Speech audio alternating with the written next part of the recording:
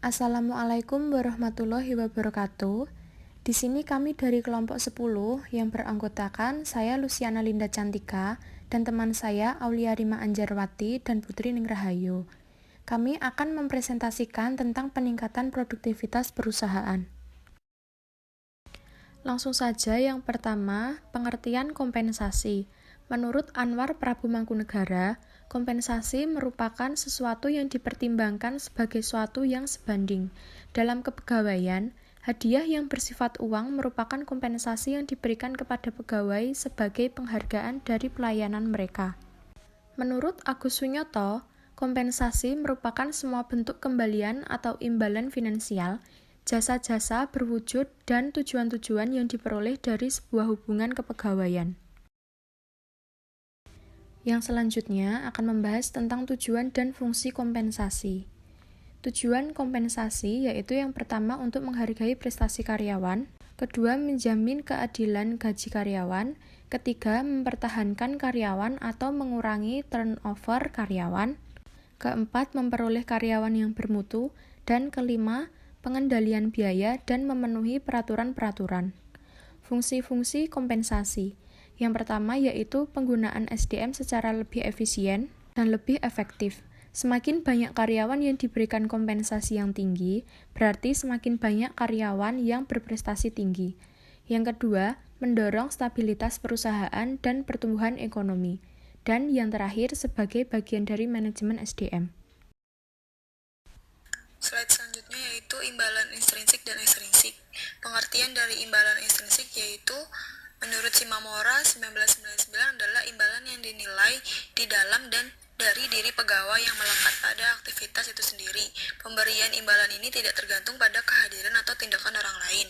Imbalan ekstrinsik tidak mengikuti secara alamiah atau secara inheran kinerja sebuah aktivitas, namun diberikan kepada pegawai oleh pihak-pihak dari luar.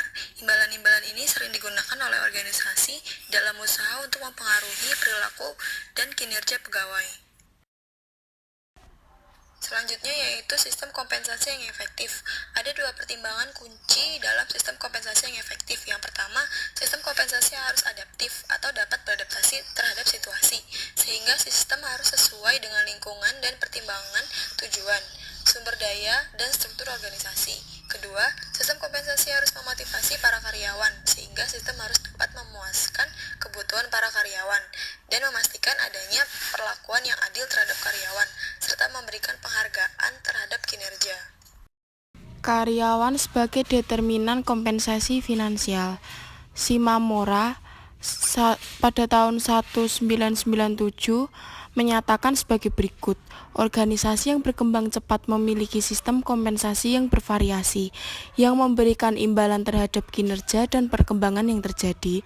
Terkait dengan budaya organisasi dan kompensasi, hal ini adalah penting untuk organisasi menyesuaikan praktik kompensasi dengan budaya organisasi, khususnya usaha yang dibuat untuk mengubah budaya yang disebabkan adanya tekanan kompetitif.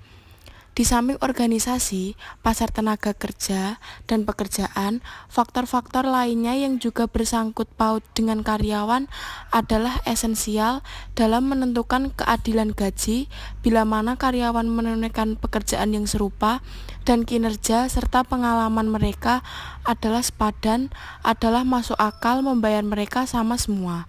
Namun demikian, jika beberapa orang ternyata lebih produktif atau lebih berpengalaman dibandingkan dengan yang lainnya, sudah sepantasnya lah orang-orang ini mendapatkan imbalan yang lebih besar. Pekerjaan sebagai determinasi kompensasi finansial. Shimamura pada tahun 1997 menyatakan sebagai berikut. Pekerjaan yang dilaksanakan seseorang merupakan suatu determinan utama dari jumlah kompensasi yang akan diterimanya. Pekerjaan-pekerjaan berbeda dalam banyak cara. Perbedaan-perbedaan ini meliputi beraneka ragam tugas yang dilakukan, besarnya upaya fisik dan mental, kenyamanan kondisi kerja, serta interaksi dengan orang-orang lainnya. Organisasi membayar atas nilai yang mereka letakkan untuk kewajiban, tanggung jawab, dan faktor-faktor lainnya yang berhubungan dengan pekerjaan seperti kondisi kerja. Teknik manajemen yang digunakan untuk penentuan nilai relatif sebuah pekerjaan meliputi analisis pekerjaan, deskripsi pekerjaan, dan evaluasi pekerjaan. Evaluasi pekerjaan atau job evaluation adalah proses yang secara sistematis menganalisis pekerjaan-pekerjaan dalam rangka menentukan nilai relatif pekerjaan tersebut dalam organisasi. Analisis ini merupakan basis hierarkis pekerjaan dan rentang gaji. Hasilnya sistem gaji dengan tingkat gaji untuk setiap pekerjaan yang sepadan dengan statusnya dalam hierarki pekerjaan. Evaluasi kinerja atau performance evaluation adalah penentuan seberapa baik para karyawan melaksanakan pekerjaan mereka. Evaluasi pekerjaan tidak menelah karyawan yang ada dalam sebuah posisi, tetapi menelah nilai posisi bagi organisasi. Oleh karena itu, karyawan yang berada dalam posisi yang kurang begitu penting bagi organisasi akan dibayar lebih sedikit dibandingkan karyawan di posisi yang lebih penting. Contoh, seorang sistem analisis tidak akan mendapat gaji yang lebih besar dibandingkan seorang direktur perusahaan data elektronik atau PDE. Mungkin hanya itu yang dapat kami sampaikan, kurang lebihnya kami mohon maaf. Wassalamualaikum warahmatullahi wabarakatuh.